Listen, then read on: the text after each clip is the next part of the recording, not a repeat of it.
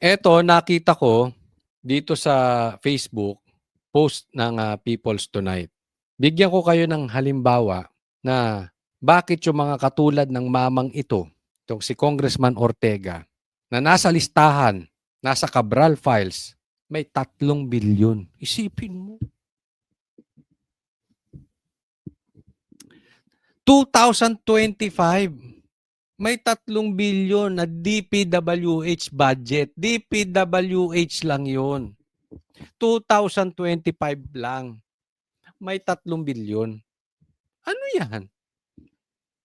'Di ba? Basahin natin. Tumanggap umano ng mahigit 3 bilyon ang distrito ni La Union 1st District Representative Paulo Ortega V mula sa budget ng Department of Public Works and Highways o DPWH noong 2025 batay sa tinatawag na Cabral Files. 2025 lang. 3 bilyon. Ganyan ba kalaki yung La Union? Ganyan ba kalaki yung distrito mo? Pero pansin nyo, haya-hayang buhay. Hindi binabanatan ni Auntie Claire, hindi binabanatan ng Remulla Brothers, hindi binabanatan ng mga vloggers, ng BBM. Diba? Hindi binabanatan nila Lacson. Tahimik ang buhay. Hindi binabanatan ng media. Isa lang po ito. At unti-unti po maglalabas tayo ng mga nasa listahan ng Cabral Files. Diba? Ayan yung sinasabi ni Libiste. Yung mga ganito, totoo man or hindi man totoo, tahimik. Sa katunayan, pinagtatanggol pa nito si Tambaluslos. Kaya naman. Ikaw ba naman may proyektong DPWH sa 3 bilyon? Hindi ka tatahimik. Tapos to hindi nakakulong? Yung sinasabi nila kay Bong Revilla, magkano lang? Wala pa nga silang proof. Ang nagnakaw, yung nagturo pa kay Bong Revilla na testigo nila, napapalit-palit naman ang statement. Eto, nasa Cabral Files, 3 billion. Laya. Wala sa media. Galing, no? Classic example na tayo ay nasa martial law na sinasabi ni Libiste. Tama ba? Tama ba siya? Kaya pansin nyo na lang, kulang na lang to, mama na to. Himuri ng puwet ni Bongbong tsaka ni ano. Yan, ni Tambaluslos, di ba? Baka magagalit ka, hindi ko sinasabing hinihimod mo. Kulang na lang.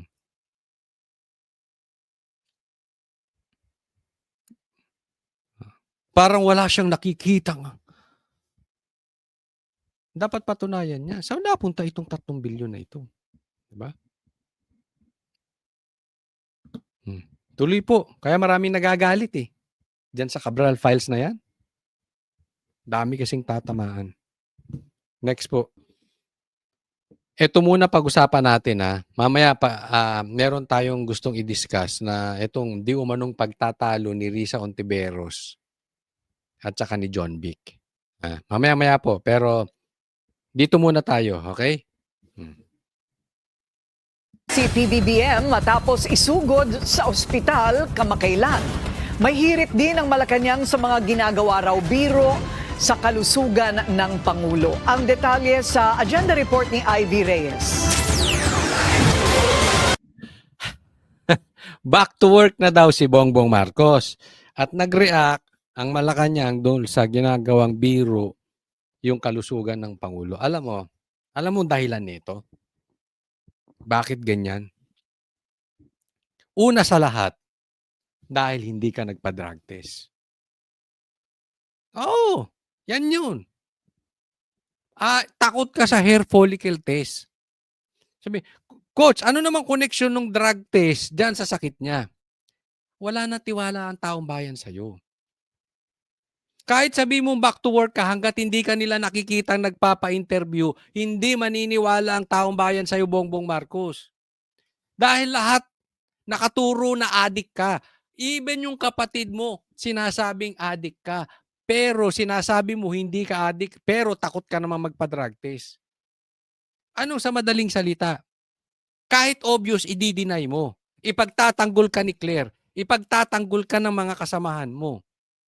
And yet, ayaw mong kunin yung ultimate challenge ng drug test. Same thing dito. Kaya ka pinagtatawanan eh. Hindi ka daw madumi, baka sumabog ang puwet. Alam mo, may mga ganyang sabi-sabi, ooperahan ka di umano. Eh bakit? Kapatid mo ulit nagsasalita, wala nang gaalaga sa'yo. Na legit naman. O, tapos ngayon sasabihin mo, back to work ka na. Naniniwala ba kayo na back to work na to? Tanong ko lang. Balik public view na si Pangulong Bongbong Marcos matapos maospital noong nakaraang linggo. Yan bang picture niya yan? Yan talaga? Kasi pinapakita niyo, back to work na si Bongbong. Tapos yan. So, ngayon lang ba yan?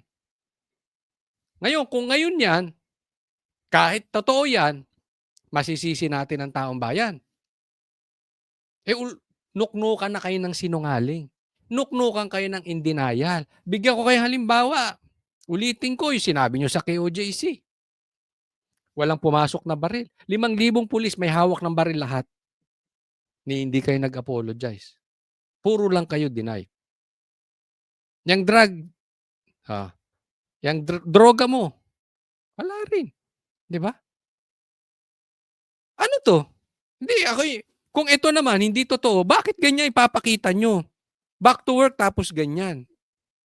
Ano yan? Dahil sa diverticulitis. Sa ngayon po ay masasabi natin maganda po ang kalagayan ng ating Pangulo dahil siya po ay kasalukuyang nasa meeting. Paano masasabing nasa meeting? Ako hindi ko to be honest, hindi ko alam. Baka hindi ko lang napanood. Di ba? Pero usually ang media pagka ganyan. Pag lumabas yan si Bongbong Marcos, kaliwat kanan, lahat ng mga mainstream media ang kakampi ninyo. Naglalabas. Ito wala. O baka mamaya picture lang yun, nagpa-picture, total, ang mga kausap niya, mga kampi niya rin, lumabas lang saglit, tapos umalis na. Wala talagang naganap na meeting. In short, mahina ang katawan. Di ba? Kasi kung malakas ka talaga, ako pinagbibintangan nyo may sakit. O sige, tawagin mo lahat yan, i-interviewin nyo ako. Fire. Hindi ko kailangan ipagtanggol ako nito. Hindi ko kailangan magtago sa palda nito. O di ba? Again, hindi ko sinasabing hindi nga, okay? Pero hindi natin pwedeng sisihin ang taong bayan. At yun po, at marami po silang pinag-uusapan patungkol po doon. Matatanda ang absent sa ilang nakaschedule na Ngayon ba yan? Matatanda ang absent tapos ngayon ba yan? engagements ang Pangulo noong nakaraang linggo. Pero ayon sa Malacanang, nasa Economic and Development Council meeting si PBBM ngayong umaga kaya maituturing na fake news ang bali-balitang may malubhang sakit at naoperahan daw ang Pangulo. Pinuna rin ng palasyo ang video message. Teka muna, bago tayo pumunta kay Amy. Sinong nakakita na nasa meeting siya? Meron bang medyang nakapag-interview?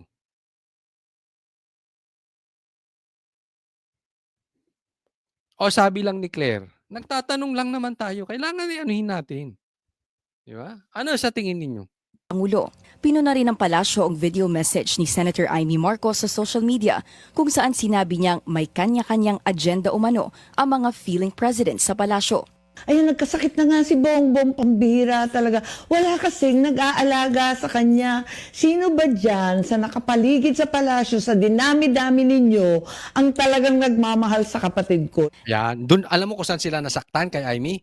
Sa dami-daming nakapaligid sa inyo, walang nag-aalaga sa inyo. At feeling presidente. So, nag-react ang Malacanang. So, in short, ang nasaktan, yung nakapaligid kay Bongbong. Di ba? Doon sila nasaktan eh. Sa dami yung nakapaligid dyan. Meron lang kayong agenda. Walang nag-aalaga sa kapatid ko. Giit ng Malacanang, hindi dapat ginagawang biro ang kalusugan ng Pangulo. Hindi rin daw dapat maging payaso sa pagbibigay ng payo. Huwag din daw magpaka-plastic sa harap ng publiko. Teka muna. Sino mang nagpapaka-plastic sa harap ng publiko? 'Di ba? Ay, parang ako ay tanong ko lang tanong lang naman ito, Claire. Tanungin ko na rin kayong mga manonood. Ang nagsasabi ba niyan ay ang Pangulo? Boses yan ng Pangulo? O boses ni Lisa? Kasi para makikipagbardagulan eh. Oh. 'Di ba nag-react doon sa sinabi ni Amy na walang nag-aalaga? Kasi kung ganyan ang reaction, ang dating niyan, si Lisa or yung mga nakapaligid sa kanyang meron lang agenda. Para sa agenda, Meron lang personal pakinabang kay Bongbong Marcos. Wala bang live coverage man lang? Kahit mga 5 minuto, 10 minutes lang na nasa meeting. 'Di ba? Ito nga ang ano ko dito eh. Dapat ang militar, nasa batas naman yan, na talagang tinitingnan ang kalusugan ng presidente. Tingnan nila. Wala namang masama yun eh. As far as I know, responsibilidad nila yun. Totoo ba yung sinasabi ni Claire na maayos na ang presidente? Hindi ba malubha ang sakit ng presidente? Kasi karapatan malaman niya ng sundalo, karapatan din niyang malaman ng taong bayan. Even yung St. Luke's, yung dinideclare ba sa media, yan talaga ang katotohanan. Di ba? Wala bang pananagutan ng ospital diyan? Kung sakali man na in danger na pala ang Pangulo at hindi nila binigay atensyon doon sa dapat nakakaalam. Kasi puro sila ganyan eh. Puro naman sila in denial, pero hindi naman sila nagpapakita ng ebidensya to the contrary. So maaalis mo, hindi mo maaalis sa taong bayan kung gagawing biro ito. Again, kasalanan nyo, be responsible naman. Ibalik nyo yung tiwala ng taong bayan, hindi yung puro lahat. Magnanakaw kayo, hindi kami magnanakaw. Adik ka, hindi kami adik. May sakit ka, hindi kami, wala akong sakit. Ganun na lang yun. Pork barrel king yung anak mo, hindi siya pork barrel king. Then you expect yung taong bayan na hindi to gagawing biro? Be a man. Pakalalaki ka rin. Magkaroon ka ba? Patunayan mo. Hindi puro tanggi rito, tanggi ron.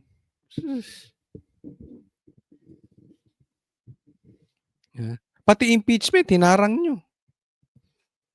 Next po. Okay, eto na importante ito. Nagtatalo po si Risa Ontiveros at saka si John Vic. Kaya nagkakasakit ang Pangulo, nawawala tuloy. Nagtatalo yung dalawa. Bakit? Ano yan, Coach Oli? Totoo ba yan? Tingnan natin ito. Dating senador, dapat magkaisa ang kakampings at PBBM supporters para matalo ang mga Duterte. Pero ayon kay Senator Risa Ontiveros, pag-iisipan nila mabuti kung may lalapit sa kanila at mag-alok ng pakikipag-alyansa.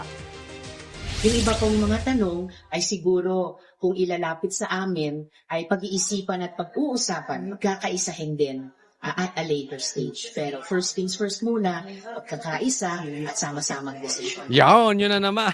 So sa 2022, binudol nila ang taong bayan dyan sa pagkakaisa ni Bongbong Marcos at ni Sara. Nilaglag din naman ni Bongbong si Sara, tapos si Bongbong nagnakaw. Tapos pinakidnap yung tatay ni Sara na si PRRD. Ngayon bubuo na naman sila ng pagkakaisa. At ito si Risa ay nag-a-apply,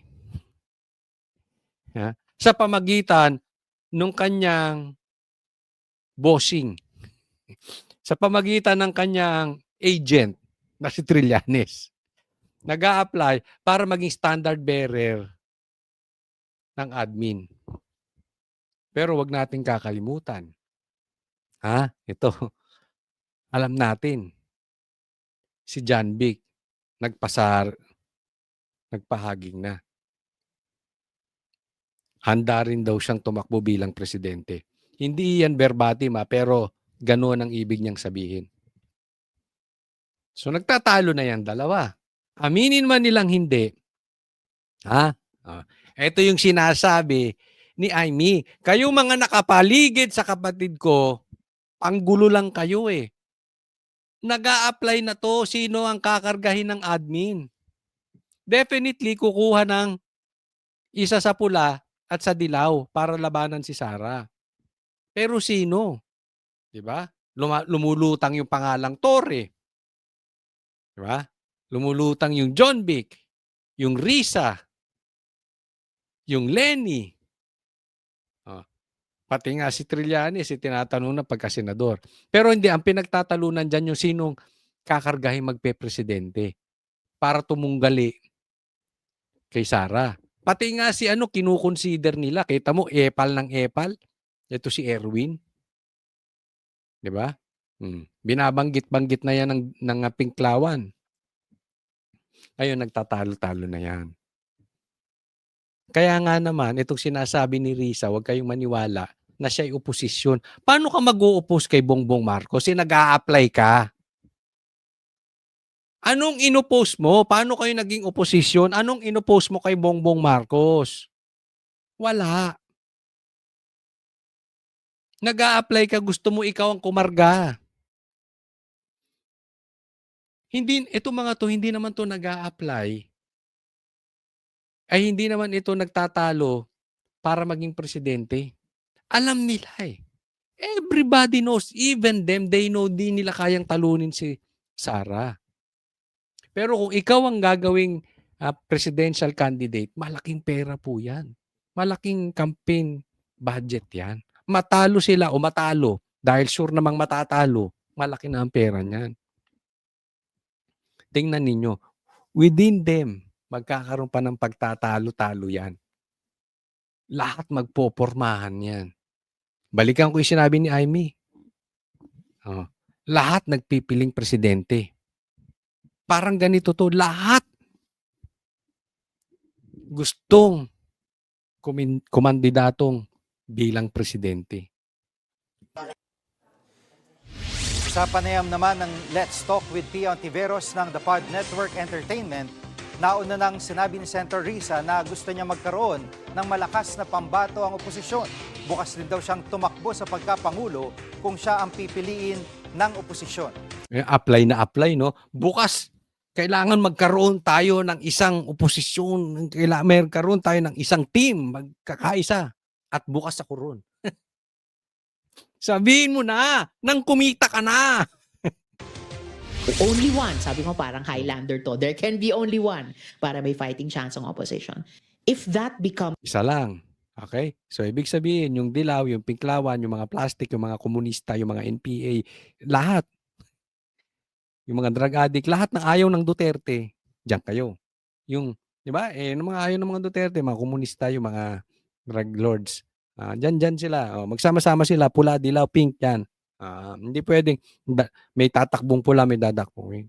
Yan yung pino-float nilang idea. Kita nyo kung saan sila nakafocus. Paano tatalunin si Sara? Hindi paano maayos ang gobyerno natin. Pero minamind conditioning din nila si Bongbong dyan. Kasi siyempre, nasa admin si Bongbong, may pera eh. Di ba? Gusto nila sila yun. Gusto nila, itong dilaw, sila ang tatakbong presidente. Tanong, hindi nyo ba alam malakas si John Vic sa presidente? Tingnan nyo ginawa kay Torre. Diyan pa lang kita na natin eh. Loves me, by that time, I will have learned to love it na and I will want it na. Talaga Max, I want it na. May ambisyong sinasabi niya na natatanggap niyo na ang pagkakaisa kahit na yung sinuka nila ay kakainin nila ulit. Oo, I learned to love it, yung kumain ng suka. Napapag-aralan ko ng kainin yung tinain namin at sinuka namin kainin namin. Bakit? Pangarap mo talaga yun. Dati pa naman eh. Pumupustura ka na para kandidato. ang malakas ang sense of duty ko. Naks. May malakas ka pang pasaka. Malakas ang sense of duty. Malakas kang kumain ng suka. Mga kapatid, Ay, nako, itong si Risa, oh.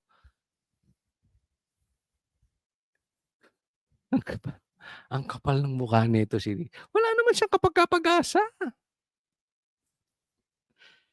But sabi ko nga, money talks. Ay, next po. Okay, pag-usapan natin to si Vince Dizon. Kasi ito si Vince Dizon, hindi makapunta-punta sa Ilocos Norte. Ang balita natin doon, parang natatakot ito si Vince Dizon. Pumunta ng Ilocos Norte. Bakit? May multo raw. Sa mga taga Ilocos Norte, nanggaling kami dyan. Sa Lawag nga kami before. Sa Lawag kami dinatnan ng ng pandemic. May multo raw. May multo kaya takot dyan si Vince Dizon pumunta. Basahin natin, nakita ko lang tong post na to sa Facebook. May we remind you that we have a province named Ilocos Norte. Go there. Punta ka ron, Vince Dizon. Lahat ng mga probinsya, inimbestigaan mo na. Pero Ilocos Norte, bakit natatakot ka? Totoo ba yung balita? Kaya katakot pumunta ng Ilocos Norte, maraming multo. Takot sa multo to si Vince Dizon. Vince Dizon, visa-free ang pagpunta sa Ilocos Norte. Huwag kang matakot sa multo. Sabi niya ni Orlando De Leon, retired general.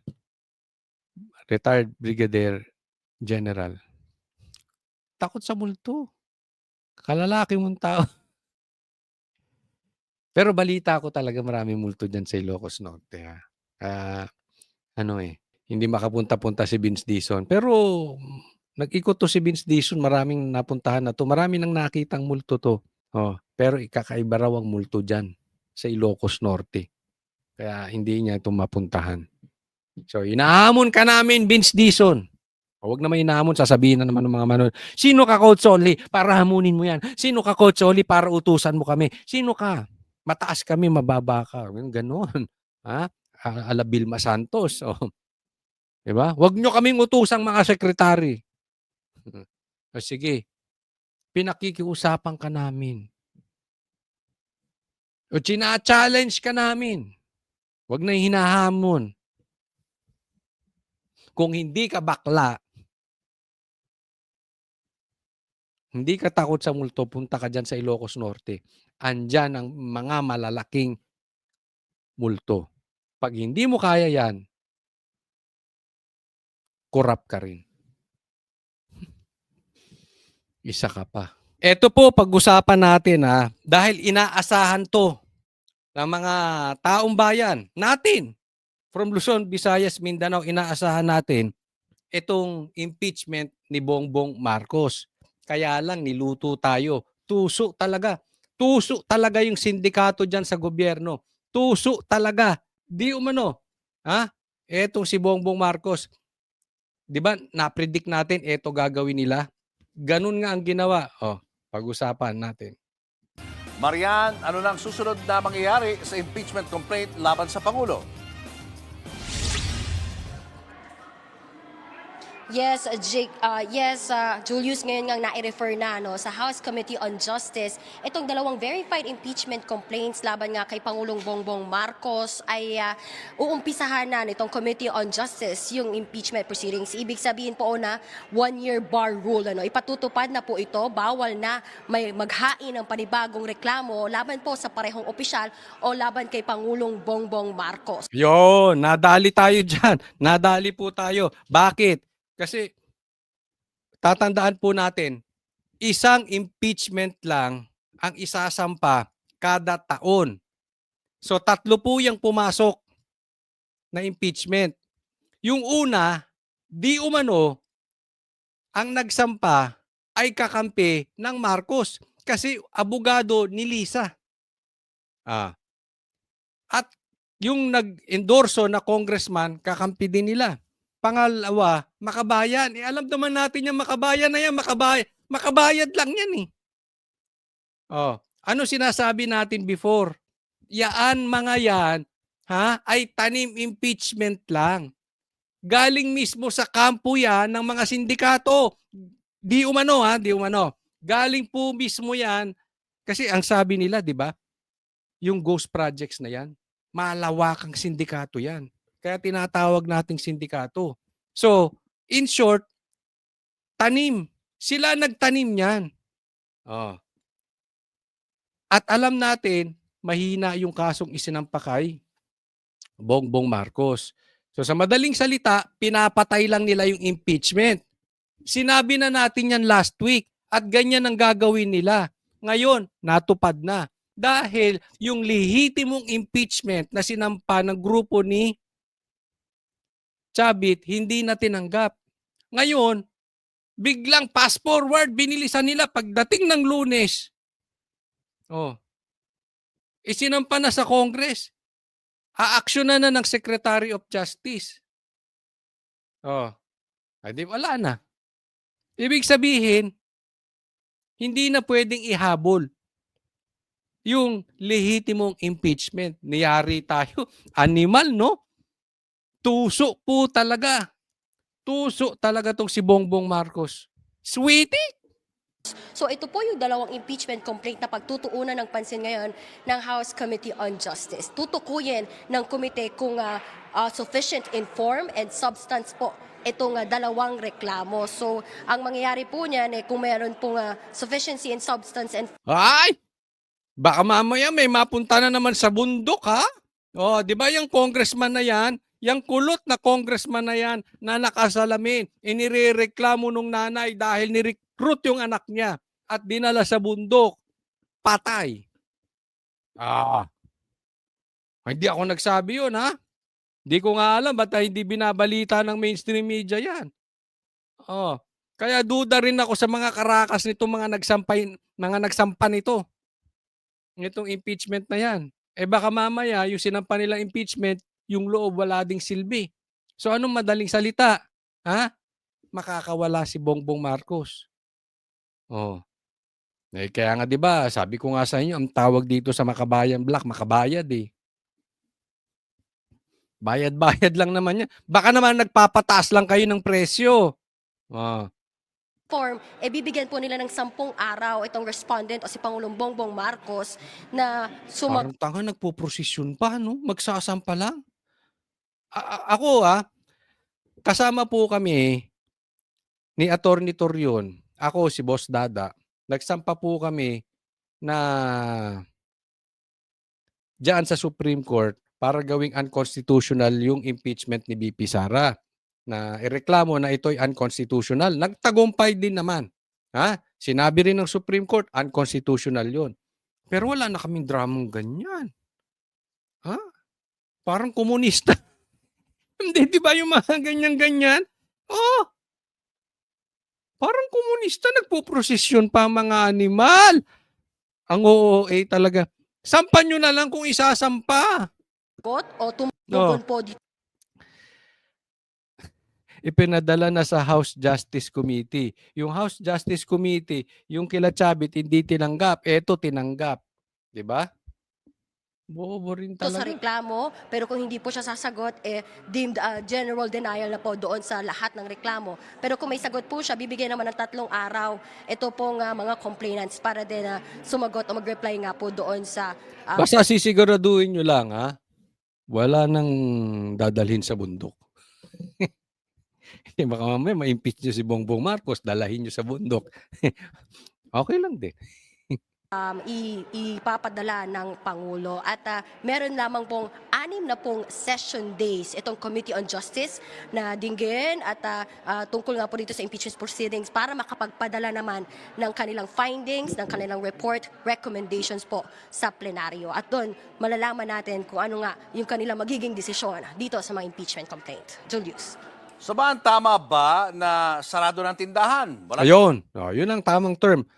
Sarado na ang tindahan. Hindi na pwede maghabol.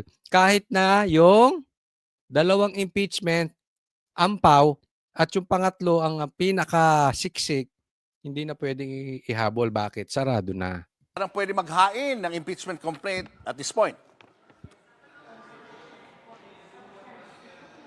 Tama ka dyan, Julius, na 1-year bar rule sa ilalim ng konstitusyon, oras po na ma-refer sa Committee on Justice na nangyari po ngayong gabi, hindi na pwede maghain ng panibagong reklamo o impeachment complaint laban kay Pangulong Bongbong Marcos sa loob po yan ng 1 taon. Ano? So, sa madaling salita, yung sinasabi natin na mangyayari na itinatanggi nila, nangyari. Ha? Kitang-kita po natin kung paano ang pagkatuso ni Bongbong Marcos. 'Di ba? Yung bridge na hindi niya proyekto, inangkin niya. Etong impeachment, tinanim nila. Diba? Ganyan po. Nakikita po natin itong aksyon ni Bongbong Marcos na ito.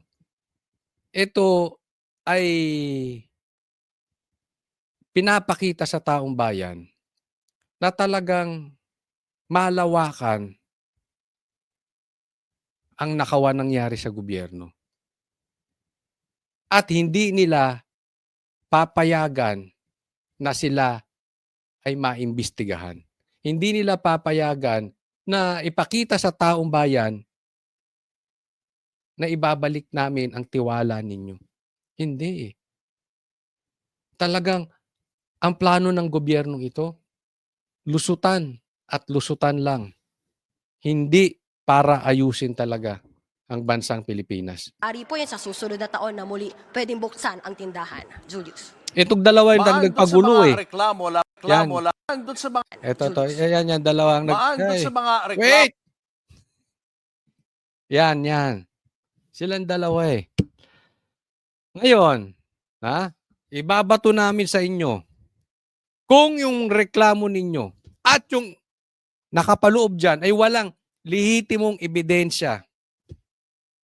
Mga tanim nga kayo. Sana patunayan yung mali kami. Sa totoo lang, mas gusto kong i-humble nyo kami, patunayan nyo mali kami. Mas gugustuhin ko pa yun. Pa-impeach nyo nga talaga. May laman yung sinampan nyo labang kay Bongbong Marcos. Pero kung naharang lang din yan, wala.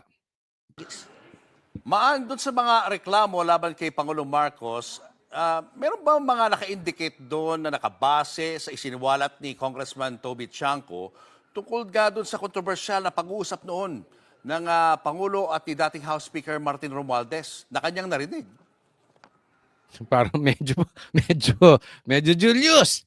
Pumupuyok-puyok ka. Parang ako din yan. Parang ako. Ito yung issue dyan. Okay? Kasi di ba si Vince Dizon, nandun siya nung pinagalitan ni Bongbong Marcos si Tambaloslos. Sabi niya, ilang bahay ba sa Forbes ang gusto ninyo? Kaya ako walang magawang proyekto. Dahil sa hindi directly ganito pero parang gano'n na. Sa pangungurakot nyo ni Saldico, sa pagnanakaw nyo ni Saldico. Kasi kinukuha nila yung pera. Sinabi po yan ni Chanco na si Chanco ang campaign manager noong 2025 election ng partido ni Bongbong Marcos. Nakukuha natin. So kakampi to ni Bongbong Marcos. Yun sana ang isa sa gagamiting reklamo nung pangatlo at lehitimong impeachment. Kasi doon pa lang makikita natin, to the very least, alam ng Pangulo, kung hindi man siya kasabwat, which I doubt, hindi ako naniniwala doon. Pero kunwari, hindi siya talaga kasabwat, alam niya na nagnanakaw yung dalawa, walang ginawa si Bongbong Marcos. Naiintindihan? Inutil talaga. Pero ako hindi ako naniniwalang inutil. Kasabwat si Bongbong Marcos. Tanong ko sa inyo, ano sa tingin ninyo? Si Bongbong Marcos, dalawa lang yan inutil o kasabwat. Inutil o kasabwat. Sige, ilagay nyo dyan sa comment section. Ako, sa tingin ko kasabwat. Opinion ko yan, ha?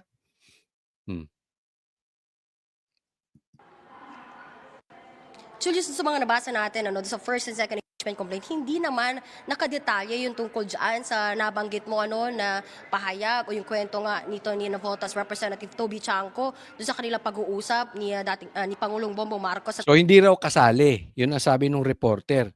Sabi ni Defensor, yun sana ang isa sa kanilang irereklamo. Kasama yun sa impeachment nila. Diba? Kasi matindi yun Walang lusot si Bongbong Marcos dun. Wala siyang kalusot-lusot. Alam mo pala ba't wala kang ginawa? Di ba? Dating House Speaker Martin Romualdez. Ang malinaw, isa nga doon sa pinakamabigat na aligasyon na tinukoy ng mga complainant ay yung aligasyon ni dating Congressman Zaldico ng kickbacks at budget insertions. Yan yung isa sa mga pinakamabigat na argumento lalo din ng Makabayan Black na gusto talaga nilang matukoy ano nga ba ang kinalaman, direktang kinalaman ng Pangulo tungkol dito. Ayun. Ang pinakamatinding reklamo kickback. Naalala natin, sabi kasi ni Zaldico, nagpadala siya ng pera dito kay Bongbong Marcos na hinatid dito sa Forbes. At magte-testify nga, magiging witness ito si Zaldico. Then again, yun nga, hindi nila pinayagan yun. Nakita nyo, no? Ang sweetik ni Bongbong Marcos. Ang tuso talaga. Maraming salamat, Maria. Next topic po tayo. Pakinggan natin itong speech ni Leviste. Ito, sapul na sapul. Ito talaga ang nangyayari sa Pilipinas. Malapit na po, nakakatakot. Martial law. Ang Pilipinas ngayon ay nasa ilalim ng de facto martial law. Hindi man deklarado, pero nararamdaman. Marami ay tahimik dahil sa takot na makasuhan. Yan. So, ngayon, parang, hindi lang ngayon Actually, mga ilang buwan nang nakakalipas na talagang parang dumadaan na tayo sa martial law. Hindi man declared, pero ganun na ang ginagawa nila. Kaya masakit ito Kontrolado na nila yung sundalo. Kita mo sila Browner? Diyan sa kontrolado na rin nila ang pulis. Kaya nga nilagay dyan si kaya lang tinanggal din naman. But anyway, tahimik. Diba? Tapos, pagkalabang ka, kakasuhan ka, sisilipin ka. Ganyan exactly ginawa kay Leviste. Even sa amin 3 pa lang kami banatero, si Banat Bay, ako, si Boss Dada. Kakasuhan kami ni Boying Rimulya dahil nagsasalita kami. Ganyan ang gusto nila. Tahimik kayo. Pag hindi kayo susunod sa amin, kaso kayo. Magbubulgar kayo ng pagnanakaw namin. Kaso kayo.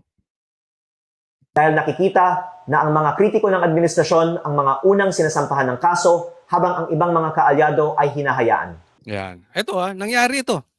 Even kay Bong Revilla Ako, malaking halimbawa nitong sinasabi ni Leviste yung ginawa kay Bong Revilla. At hindi lang kay Bong Revilla, isusunod pa yung mga ibang senador. Yung mga talagang nagnanakaw, hindi ginigipit. Ni hindi nga maituro, ni hindi mo nga mabanggit sa Blue Ribbon investigation. Pero yung sa tingin nilang kritiko ng gobyerno, yan ang pinagigigipit. Tingnan nyo ginagawa kay Senator Bong Revilla, inaaraw-araw. Di ba? Pinag-initan din si Chis Escudero dahil nga binakbakan niya si Tambaluslos, di ba? Oh. Tapos yung sila, wala. Eto nakakatakot dito. Hindi malayo yung sinasabi nitong si Libiste mangyari. Hindi lang para tayong dumadaan na sa martial law. Talagang pag hindi po epektibo pa itong mga panggigipit nila at pag matuloy ang impeachment at talagang maituro sila, malapit po. Taga nyo sa bato. Pag hindi naunahan ito si Bongbong Marcos, magmamartial to. Tingnan ninyo. Malapit na po ito. Kasi nandun na tayo sa dulo eh. Malapit, konti na lang. At ramdam nila yan. Kaya nga nagkakasakit na si Bongbong Marcos eh. Dahil sa stress. Dahil dito, ang ibang mga batas ay inaaprubahan ng walang debate at may mga bilyon-bilyon pisong mga budget na hindi kinakwestiyon. Kasama dito ang mga pambayad para sa ibang mga media at social media personalities at mga troll farms na nagpapalaganap ng fake news at umaatake sa mga kritiko ng administrasyon. Alam mo, pansin ko yan ha, yung mga trolls nila. Try nyo. Lalo kung medyo malaki yung inyong followings or kahit hindi kayo vloggers pero may followers kayo. Try nyo banatan si Tambaluslos. Papasukin kayo ng mga trolls. Nakalak ang profile. Ay, nako. Kabisado ko na ito. Even before the election, alam ko na kung dumating sila bulto. Kaya hindi naman ako nagre-reply sa kanila. Kasi doon sila kumikita pag nag-reply, papakita pa nila doon sa nila. Pero wag tayo matatakot. Tuloy lang. Hindi lang po trolls. Wag na tayong magpakalayo-layo. Alam kong alam nyo yung sinasabi ni Libiste. Media. Mainstream media, hawak nila. Tingnan mo yung dinala sa bundok nitong kulot na congressman, hindi man lang binanatan ng binanatan. Yung kay Bong Revilla, inaaraw-araw. Di ba? Oh. Pero hindi nyo ba napapansin? Hindi man lahat ng mainstream media, karamihan. Hindi nila magalaw si Tambaluslos. Hindi nyo papansin yon? Alam ko napapansin nyo yan. Yan yung sinutumbok ni Libiste. Ito pa. Lagay nyo dyan kung sino yung mainstream media na yan. Natakot kay Tambaluslos. Ito pa. May sinasabi sila, hindi ko alam, hindi ko naman pinapanood. May mga vloggers daw na DDS. Binabanatan si Bongbong pero si Tambaluslos hindi mabanatan. Ako, hindi ko alam kung sino yun. Hindi naman ako, Pero binubulong sa akin. Sabi nila, bakit hindi? Galit na galit sila kay Marcos, hindi nila magalaw si Tambaluslos. Yung pere. Grabe, no? Ganito din sa panahon ng martial law ni dating Presidente Ferdinand Marcos Sr. Ngunit maraming mga miyembro ng oposisyon, civil society at pribadong sektor ay lumaban sa diktatura. Kahit maraming ikinulong, umalis ng bansa at ginipit ang negosyo, hindi sila sumuko. Tama, ginigipit ang negosyo. Diba si Libiste ginigipit?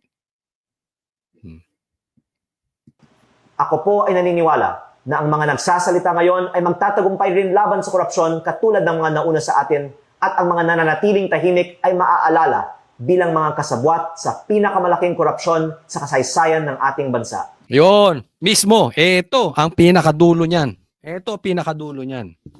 Ako as I see it, Dalawa lang yan. Pagtahimik ka ngayon. Kasabwat ka or may ninakaw ka rin. Kaya, tahimik ka. Kasi imposibleng nasa politika ka at hindi mo alam yung nuknukan ng nakawan dyan.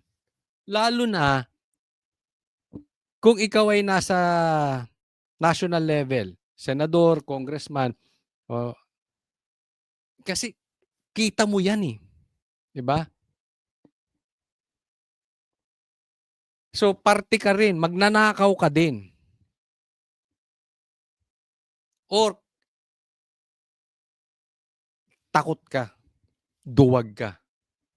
Yun lang yan. Kung tahimik ka ngayon, napaka-imposible na hindi mo alam. Kaya yung iba nananahimik na rin.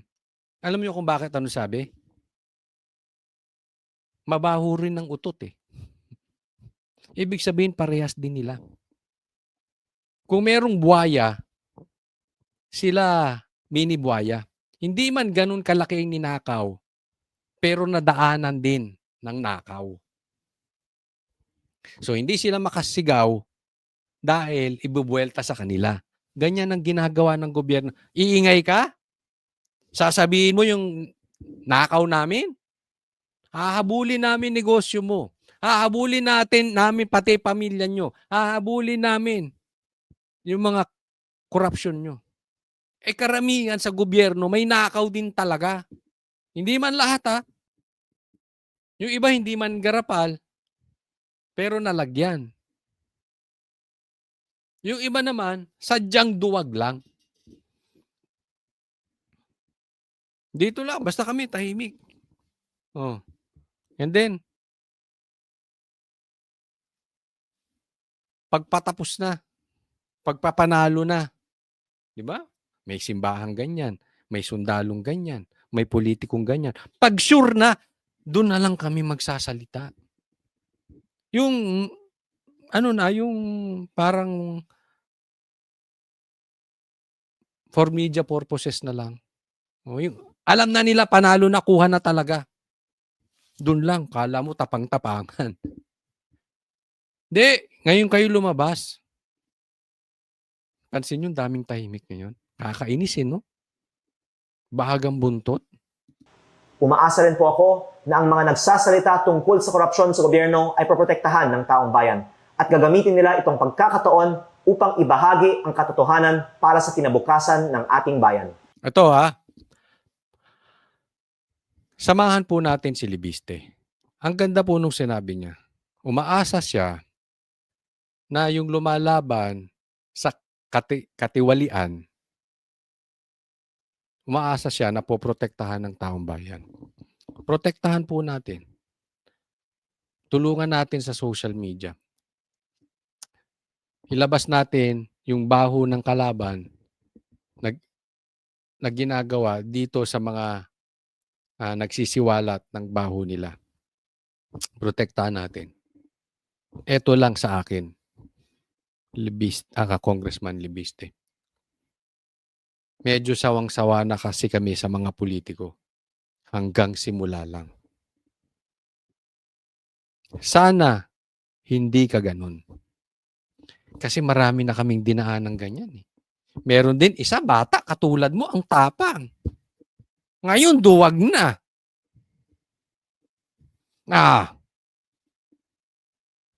Diba? Nung binalikan na siya, wala na.